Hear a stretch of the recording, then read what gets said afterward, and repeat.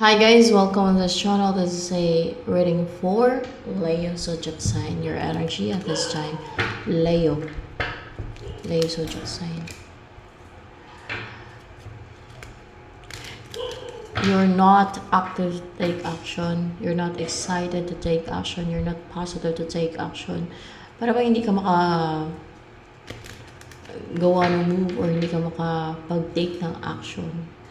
Hindi ka makapag-umpisa na makapag-take na action na gawin kung ano yung gusto mo. Pwede rin parang nag-hold back ka nito na gumawa ng move o mag-take ng action, umpisahan ang dapat mo umpisahan, like trabaho, sa bahay, or work mo, or anything, or ang i-message yung person, pwede din. So, anong pagbabago sa'yo?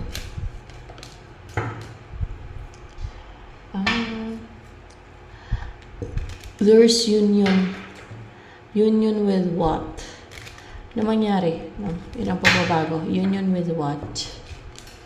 Leo. With the person na kapalaran mo o destiny mo, or sabihin na natin na yan ang nakatalaga sa'yo kasi may mga angel dito. O swerte mo, sabihin na natin swerte mo siya. Ganon. O kapalaran mo, o swerte mo yung tao na yun na siya yung swerte mo. Yan.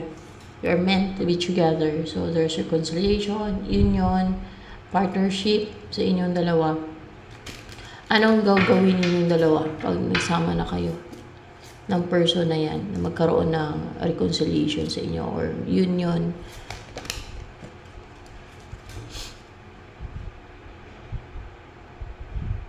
In reverse. Ano pa?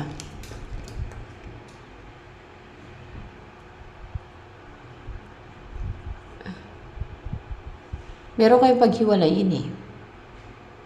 Na meron kayong haharangan, pipigilan na ma-unite, na magsama. Ano yung gusto nyong pigilan? Ano yung pipigilan ninyo na magsama para hindi sila magsama?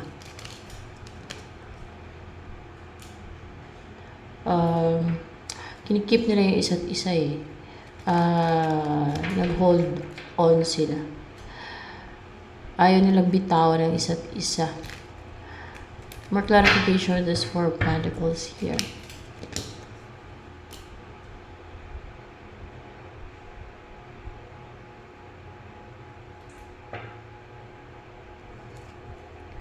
Insecurities or hindi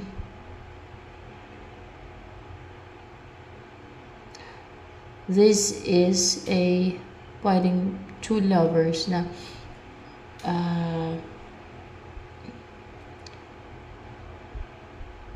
pagsiparahin nyo silang dalawa, haharangan nyo silang dalawa, pipigilan nyo sila.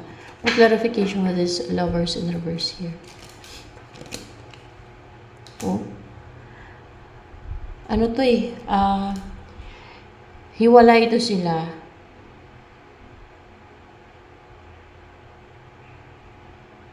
Harangan nyo para hindi sila ma-unite. Hindi sila magsama. Yun ang gagawin ninyong dalawa. Kaya magkakaroon ng partnership or union, reconciliation, or partnership sa inyong dalawa. Yun ang gagawin ninyong dalawa. Ang tanong, mission nyo ba yan? Galing sa Diyos. Ang manghadlang kayo ng pagbabalikan ng dalawang to na nag-hold on sa isa't isa. Hindi yan mission galing sa Diyos.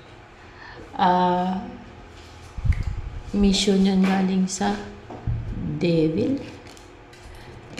Hindi din galing sa devil. Basta hindi yan galing sa Diyos.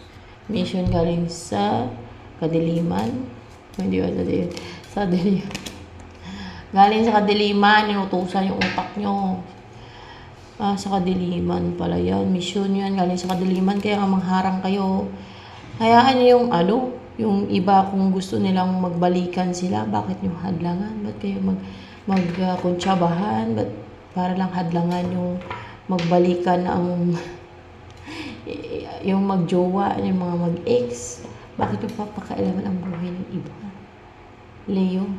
Yung mga Leo ay mga, ang alam ko mga attractive yan eh. Mga Leo. Mga goal driven, yun ang alam ko sa mga Leo. Fire sign.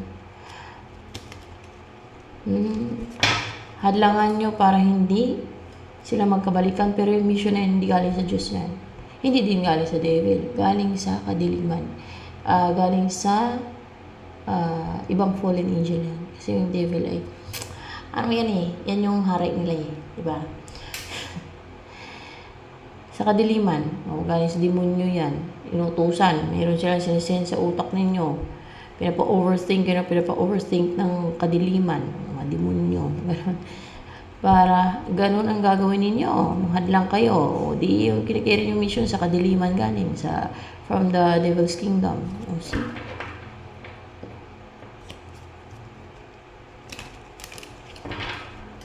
Kasi isipin nyo, tama ba yun? Manghadlang kayo ng dalawang nagmamahalan. Hadlangan nyo yung pagbabalikan nila. Tama ba yun? Kaya hindi talaga tama yun. Para sa inyo, tama. No? Kasi yan ang gagawin ninyo. Pero ang inudyok ng devil sa inyo. Ng mga madimonyo. Pero, kung klaro yung isip nyo, kung alam nyo yung tama sa mali, talaga tama yun. Meron mga tao na, alam nyo, nahirapan ng iba. Lalo pa nilang ingud-ngud, mahirapan. May mga ganyang tao eh. May mga ganyang tao na katulad niyan, no? Hiwalay na nga eh.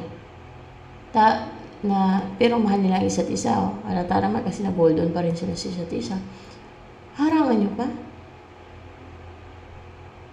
Ang tawag sa inyo niyan. Hindi to, maaaring hindi makaresonate ang lahat dito ha. Ang tawag sa inyo yan, evil. Oh. Kasi di mo nyo nag-udyok sa isip ninyo, gagawin nyo din. Ano naman ang sa inyo dyan? Sa totoo lang, ano sa inyo dyan? Sa sa relationship ng iba. Ba't hindi na lang kayo magsaya sa inyong relationship? No? Ba't hindi na lang kayo magsaya sa buhay ninyo?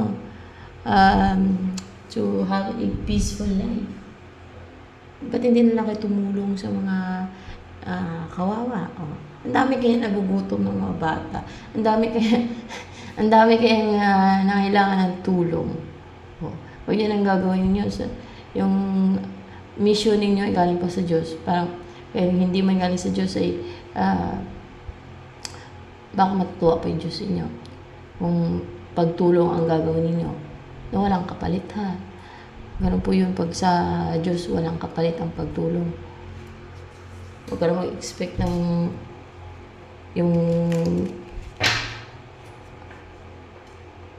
may kapalit. Dahil lang may blessing ang God sa iyo pagka tumulong ka. Pero nasa iyo na din yun. Pero, yan nga. But, may mga ganun parang tao talaga na, ay, ewan. Hindi kasi ako ganyan. Yan ang mga taong sa totoo lang, yung ganyan, gawain, at magpapa-audio kayo sa mga demonyo. Gagawin nyo yan dahil naudyukan kayo ng demonyo. Kakapahamak ng kaluluwa niya. Ikaka-impyero ng kaluluwa niya. Nasa inyo na yan. Yan ang sinasabi ko. May gagawin kayo dito eh. Demonic to kasi demonyo nag-udyok sa inyo eh. At evil yan. Hindi sa dinidiscourage ko kayo.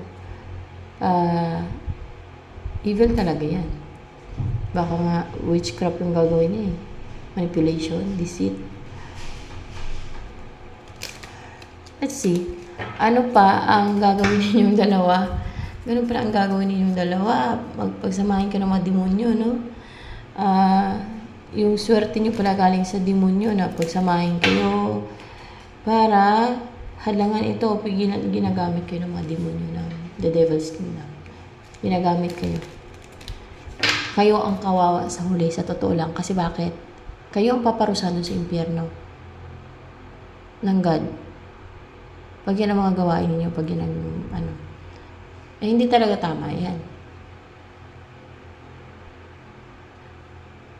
Yan ang gagawin niyo. Hindi yan sa Diyos. Yung mission na yan. At walang mission na ganyan sa Diyos. Yung ginagawa ninyo, hindi yan sa Diyos talaga. Walang mission na ganyan. Galing sa Diyos. Baka itong dalawa na to, nahiwalay na to, yan ang parang may mission galing sa Diyos. Kaya, yan nga yun. Kaya, inuudyukan kayo ng mga demonyo. Binigyan ka ng mission ng mga demonyo. Oh? Kayo ang,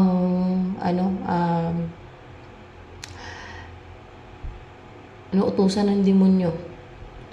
Mga demonyo ng Devil's Kingdom, ng kadiliman, na harangan itong dalawang to.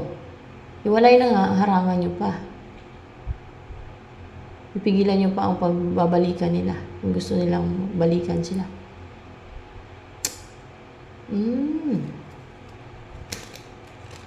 Hindi sa kinakondem po kayo ha. Mali kasi talaga yun eh. May buhay kayo ng may buhay, ba't buhay ng iba yung papakailaman nyo? Hindi ho lahat ay makaresonate dito ha. Kasi ito ay, kumbaga, kung sino lang ang makaresonate dito sa, Leo. Kung sino man ang Leo. Maling-mali ito yun. Siyempre alam niyo yan na mali yung ginagawa niyo. Maling-mali yan. Pero nasa inyo na yan. Kung susundin niyo yung kadiliman, ang binigyan ka ng mission ng kadiliman, no? Mission galing sa kadiliman.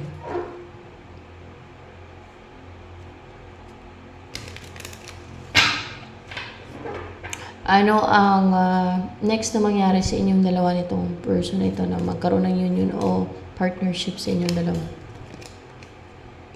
Masasaktan kayo. Pwedeng ma-heart attack. Atakin kayo sa puso. Ma-heartbroken. Kaya dapat piliin nyo kung ano yung tama. Diba?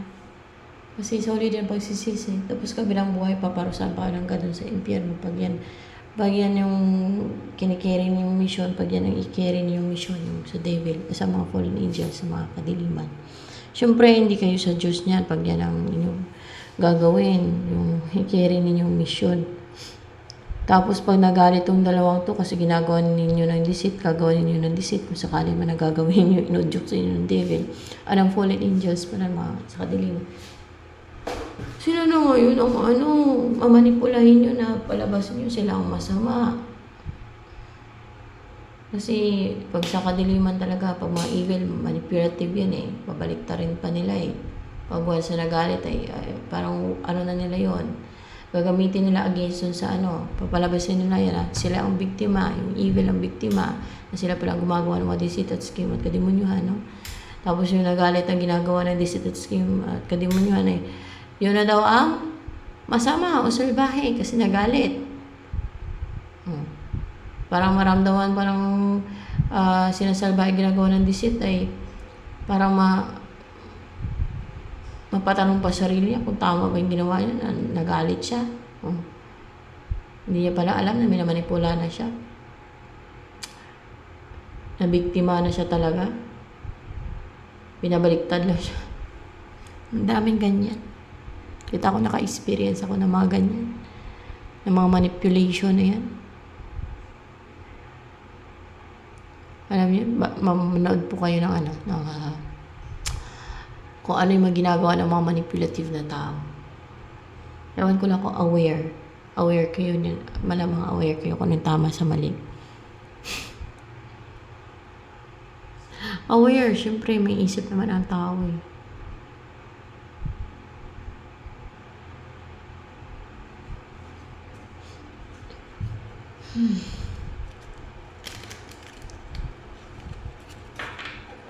Bakit sa inyo, bakit kayo pinili ng kadiliman para gagawa ng mission na yan?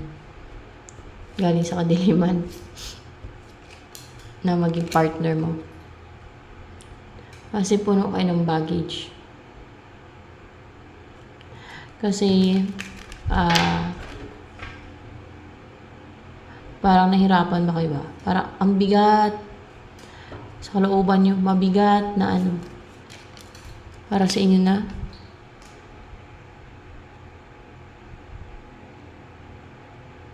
Ma-unite itong dalawang to. Kaya, ayan na siguro talaga ang ginagawa ninyo. Na, pag nagsama yung dalawang yan, parang bigat sa loob ninyo. Mabigat, para hindi nyo matanggap. Bakit?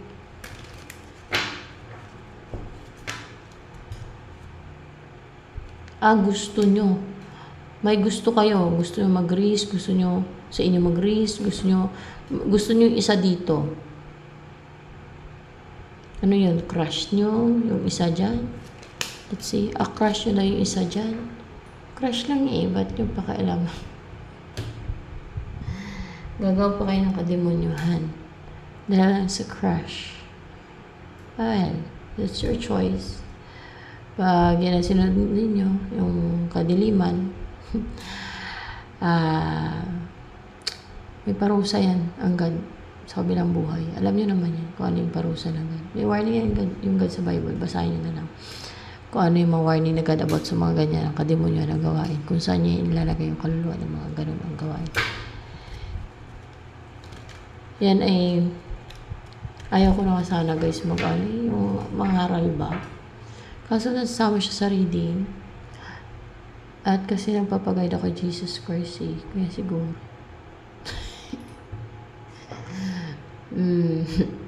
Ayaw ko na sana mangaral. Alam niyo ano, pag mag-reading ako. Kasi, basta lang. So, yung diretsuhan ba? Sana ba? Pero, ewan ko. Basta ganyan. Para mabilis yung reading. So, ano yung next na ano kaya ang pipiliin ninyo? No? Yung udyok na kadiliman sa inyo o maging maging ano kayo? Yung kabutihan. Let's see kabutihan or malilito kayo at least, di ba? May alam na kayo dito. Maging kayo, aware, ma-awake kayo. Maging aware kayo, sa kadiliman pala yan. O, di ba? At least may layo nyo sa kapamakan yung soul ninyo. Ganun.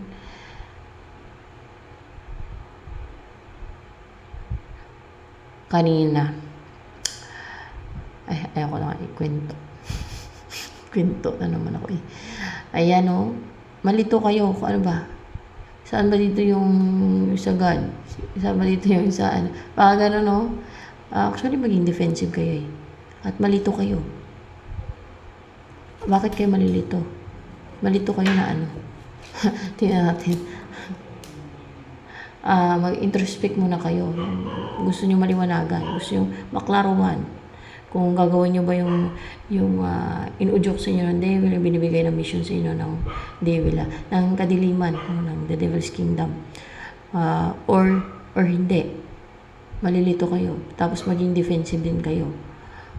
Lalo kung mapanood ninyo to, maging defensive kayo sa sasabihin ko, sa mga marinig nyo dito sa video na ito. Maging defensive kayo. Pero mapapaisip kayo. Huwag nyo nang pakialaman yung buhay ng iba. Kasi yung nag-udyok sa inyo niyan, binibigyan kayo ng mission ng mga nasa kadiliman na mga demonyo.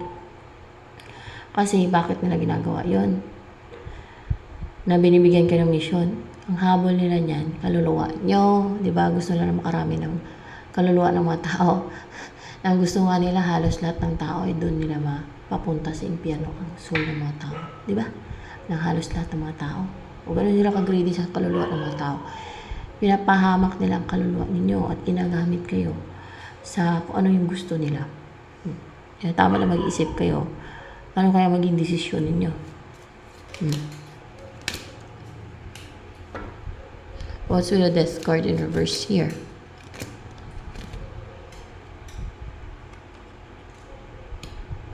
Magtatagumpay kayo. Mabigo kayo dito sa, siguro kung hindi man heart attack, mabigo lang kayo ba ng gano'n, no? Yun dyan kanina sa heart, ba? Magtatagumpay kayo Ah, at mukhang hindi kayo mananakit eh. Mukhang yun ang ipiliin ninyo. Magtatagumpay kayo na ano yun, na ano ba yun? Magtatagumpay kayo na, tingnan natin ha, na hindi na kayo makipag-compete, na hindi na kayo manghadlang, hindi na kayo makipag-compete kasi gusto niyo, wish niyo, crush niyo isa eh. Ayan. Magtagumpay kayo over sa temptation, sa mga kadiliman. O, di ba makatulong din to pala sa inyo eh. No? Makatulong din to sa inyo para maiwasan yung ikakapahamak, yung ikaka-impyerno na kaluluwa ninyo. O, di ba? Ayan guys. O, magtagumpay kayo. At hindi maging masaya, hindi maging contented ang pwede yung yung mga family ng ng mga sa kadiliman. Yan. Hindi sila maging masaya sa resulta. Maging sila, maging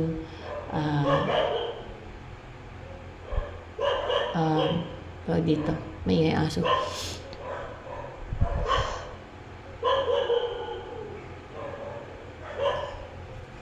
Para bang talunan. Kasi hindi nila kayo makumbinsi, hindi nila kayo mapasunod. O di ba? You're victorious over the devil's kingdom eh. Pagka hindi ninyo gagawin yan yung mga pinapagawa nila. Yung mga mission na binibigay nila sa inyo. Pag i-reject ninyo pag hindi ninyo gagawin.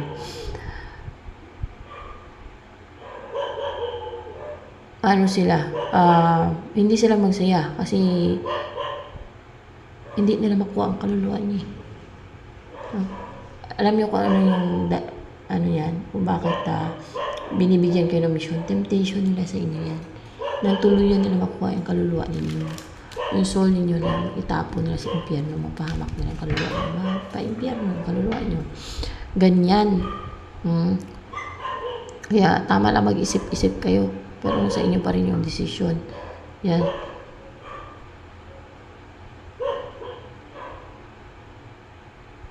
Madami talaga ditong deceitful sa mundo.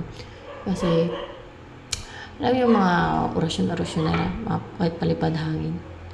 Pwede kang palabasin na ikaw yung masama, yung pinagagawa yun ang bato ng palipad hangin. Yung totoo talaga sila yung mga ganun, yung mga gumagawa ng ganun. Yun talaga yun. O parang demonyo lang sila na yun, minamanipula yung utak ng tao, di ba? Gumagawa ng mga ganun.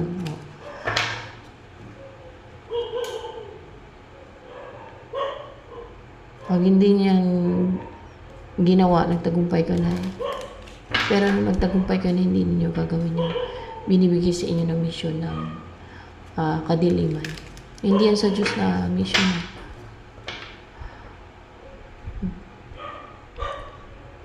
Klaro-klaro naman eh. Hindi sa Diyos yan ang mission. Mangialam kayo sa love life ng iba. Manghadlang kayo, mamigay kayo ng mga balikan. O, di ba?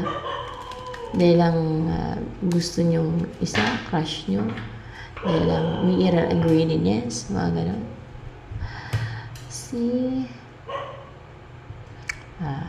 Yan. May darating ba sa'yo na the one?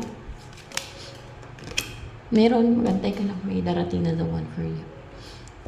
Sino yung the one na yung darating sa'yo? Ay, mukhang may natapon, may nasayang. Maaaring nagkaroon ng new beginning sa'yo pero natapon. No? Or more information sa 3 of Wands na to na the one.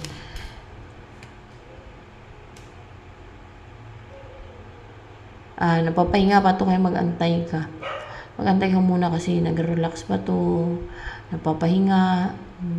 Parang nag-recover ba? Yan. Recover pa siya. Darating at darating din yan sa buhay mo. Yan na yung the one for you. Hayaan nyo na yung iba na magbalikan na kasi mahal din naman nila ang isa't isa. At saka may buhay kayo inyo.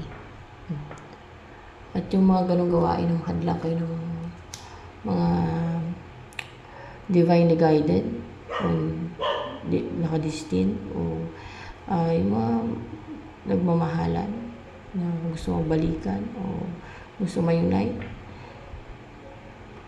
Yung mga ganong gawain na gusto nyo hadlang sa kadiliman yan.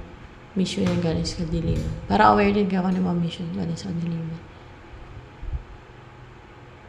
So, ayan guys. Ito na lang for